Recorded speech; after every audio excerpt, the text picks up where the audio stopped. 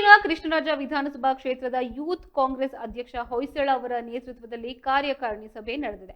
ಸಭೆಯಲ್ಲಿ ಸಂಘಟನೆ ಬಲವರ್ಧನೆ, ಮಹಿಳಾ ಸಬಲೀಕರಣ, ಮತದಾರರ ಜಾಗೃತಿ ಹಾಗೆ ಯುವ ಜನರ ಸಮಸ್ಯೆಗಳ ಕುರಿತು ಮಹತ್ವದ ಚರ್ಚೆಯನ್ನು ನಡೆಸಲಾಗಿದೆ. ಸಭೆಯಲ್ಲಿ ಮಹಿಳಾ ಸಬಲೀಕರಣಕ್ಕಾಗಿ ಹಮ್ಮಿಕೊಂಡಿರುವ ಶಕ್ತಿ ಅಭಿಯಾನಕ್ಕೆ ಸಂಪೂರ್ಣ ಬೆಂಬಲವನ್ನ ನೀಡುವ ಹಾಗೂ ಮಹಿಳೆಯರ ಹಕ್ಕುಗಳ ಪರವಾಗಿ ನಿರಂತರವಾಗಿ ಕೆಲಸವನ್ನ ಮಾಡುವ ನಿರ್ಧಾರವನ್ನ ಕೈಗೊಳ್ಳಲಾಗಿದೆ.